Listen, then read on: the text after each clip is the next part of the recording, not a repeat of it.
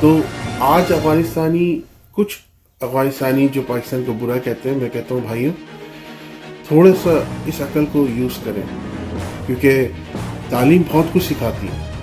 اگر آپ نہیں سمجھتے کہ ایسا کچھ ہے تو اس کے بارے میں معلومات کریں، اس کے بارے میں لوگوں سے ملیں، جا کے اس کے بارے میں جائیں، پاکستان جائیں. آپ کو کون روکتا ہے؟ پاکستان میں ابھی بھی لگوانی آتے ہیں، جائیں، ملیں، بیٹھیں، ان سے بات کریں. آپ کو کوئی بھی یہ نہیں کہے گا کہ تم یہاں سے چلے جاؤ یا تم افغانی ہو. نہیں، آپ کو کوئی ایسا کچھ نہیں کہے. یہ ملک ایک ایسا ملک ہے، دنیا کا واحد ترین، جس نے سب کو اپنے پاس کر لیا. کوئی بھی آتا ہے پاکستان، چاہے صومالی آ کے رہے پاکستان میں، چاہے اپنا برما کے لوگ آ کے رہے پاکستان میں، چاہے افغانستان کے لوگ رہے پاکستان میں، چاہے انڈیا سے آ کے لوگ رہے پاکستان میں، پاکستان ضم کر لیتا ہے.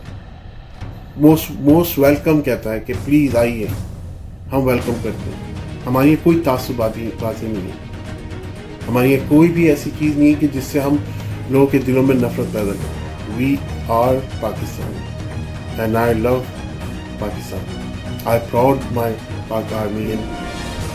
جی ڈاکٹر صاحب، ہم اپنے دوسرے سوال کی طرف جائیں گے. میرا دوسرا سوال آپ سے یہ ہے کہ پاکستان میں جو حالات چل رہی ہیں اس وقت، حکومت ان پہ کیا کر رہی ہے؟ حکومت کے کیا اقدامات ہیں اور کس طرح ان حالات کو نظر انداز کر رہی ہے یا ان پہ کام کر رہی ہے؟ آپ کو کیا لگتا ہے؟ اس کے بارے میں آپ ہمیں ذرا بتائیں.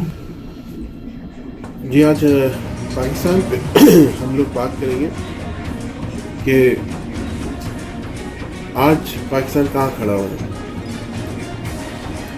پاکستان ایک ایسی جگہ کھڑا ہوا ہے جہاں پہ اس وقت پاکستان کو عوام کی ضرورت ہے. کیونکہ اگر دیکھا جائے تو پاکستان کی عوام کے پاس بہت پیسہ ہے، پاکستان کے خزانے میں نہیں ہے، یہ پاکستان کی عوام کے پاس بہت پیسہ ہے. اور اگر دیکھا جائے آپ کے نیبر میں تو انڈیا میں حکومت کے پاس پیسہ ہے، عوام کے پاس پیسہ نہیں ہے. تو اب ظاہر بات ہے کہ اگر عوام کے پاس اتنا پیسہ ہو تو ملک کس طرح چلے گا. اگر ٹیکسز بڑھائے گئے ہیں پاکستان میں تو اس کی وجہ ہے کیونکہ جو خزانہ خالی کر کے چلے گئے ہیں تو ازارہ تو دینا پڑے گا، چاہے ہم باہر رہنے والے دیں یا پاکستان کے اندر رہنے والے دیں.